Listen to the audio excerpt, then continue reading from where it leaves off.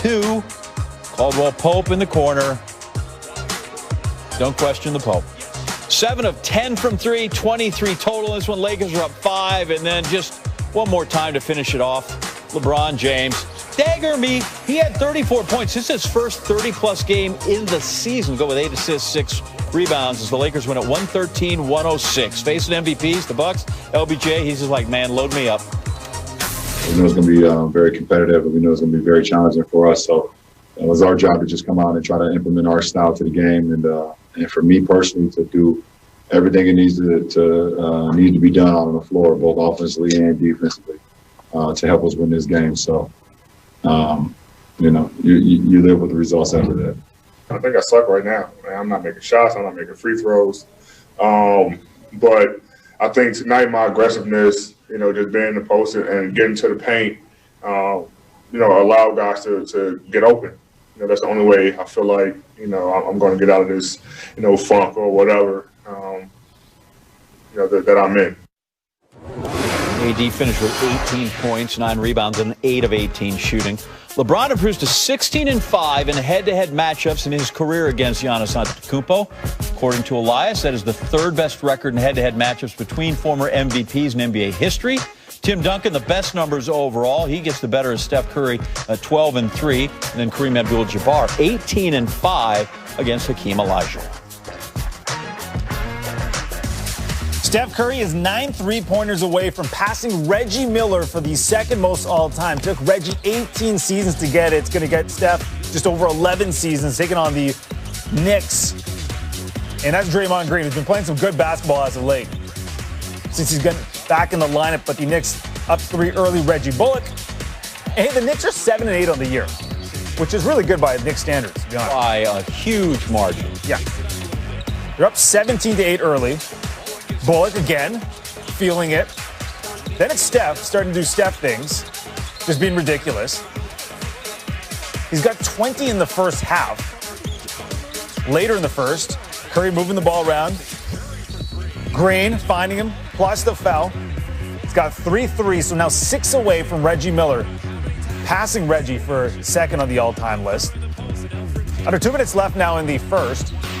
Warriors down 35-28. That's one of the 3 threes he hit there. Just beautiful. Knicks, though, they're up 40-31 after 1. Obi Toppin. Nice-looking rookie. Over to Alec Burks. Knicks up 44-33. And then Andrew Wiggins. Shout out Canada.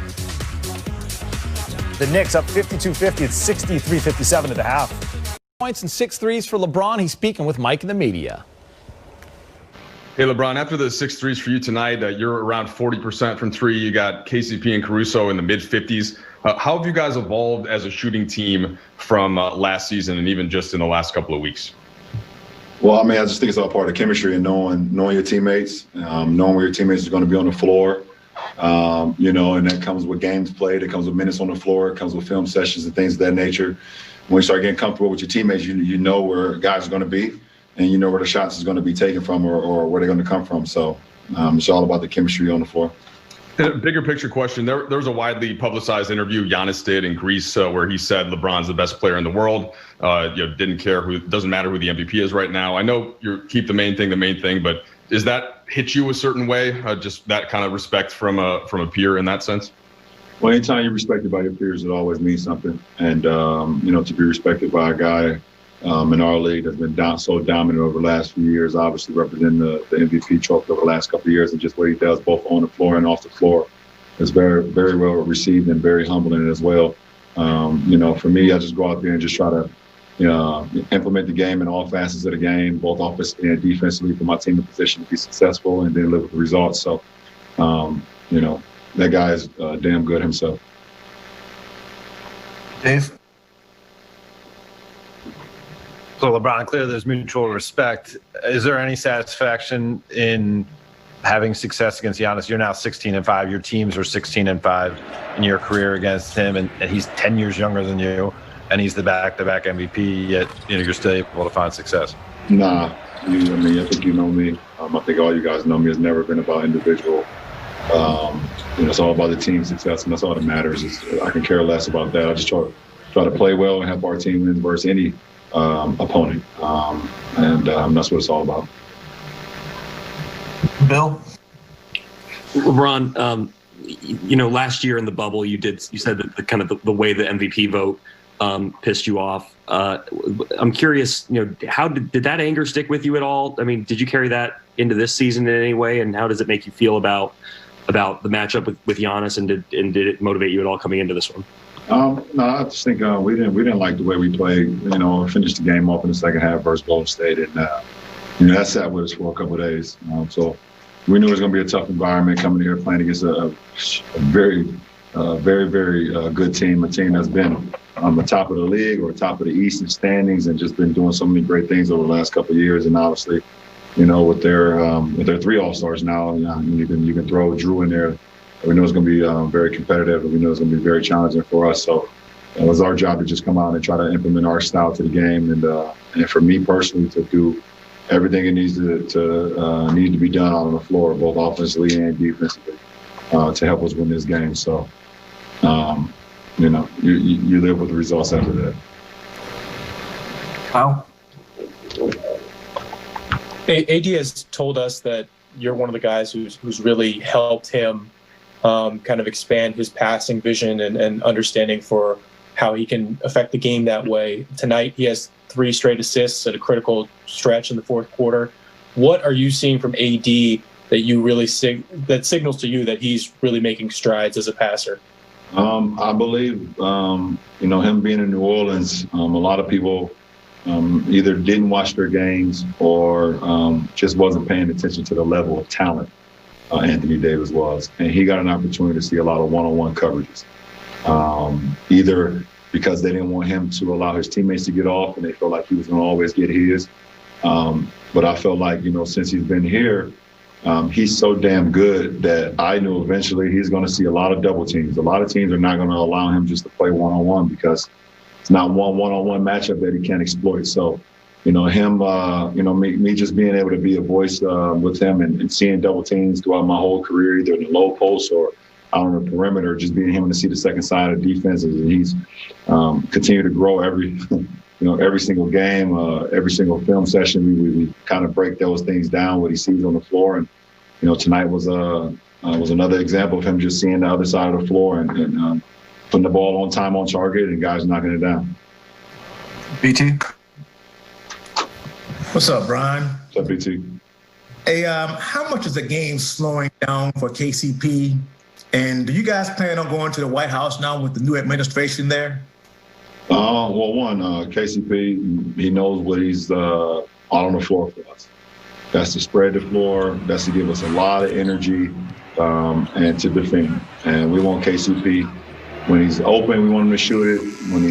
When he's guarded closely, we want him to still shoot it. If he just shoot the ball, he's so good. I mean, he's so good for our ball club. He gives us another dynamic that just gives us energy. Gives everyone energy, and we love when he's taking and making shots, but we love when he's just aggressive, just being himself. So, that's big time. To answer your second question, I don't think we've had any conversations, with our team, or I have no idea, with all of the COVID rules and the restrictions and everything that's going on with our league. I'm not even sure if we even are allowed to even go. It'd be great, but I have no idea what we can even do right now besides hotel, arena, and home. So I have no idea. Last 2, Mark Medina. Hey, LeBron, given all the moving parts to open this season with the protocols and the returning talent, but new pieces and the quick turnaround, how did you kind of expect the first month to play out, and how have you seen that thus far? I didn't really put how I expected the first month to play out. I wanted just to see and live in the moment, and I knew it was going to be a little challenging just to get back restarted after the super duper short layoff or off season, if you want to call it, and then us adding 4 new guys to our roster and us implementing another guy into our rotation, and I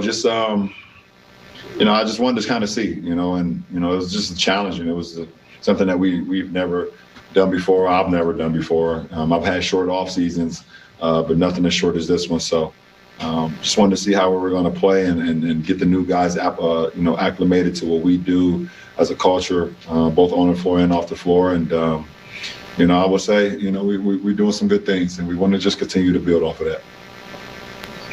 Last one, Rachel. Hey, LeBron. I don't know if you remember Monday night, the video cut off on us. So I've been waiting 4 days for this answer. I know it's going to be really, really good. But I had asked you what you remember specifically from the very first time you played against Kobe Bryant when you were just a little puppy. I was just in awe. It's a guy who, along with a lot of other guys, was on my wall that I would tape on my wall when I lived in Spring Hill in apartment 602. He was on my wall, and he had a nice collage in my wall, on my wall. It's a guy who decided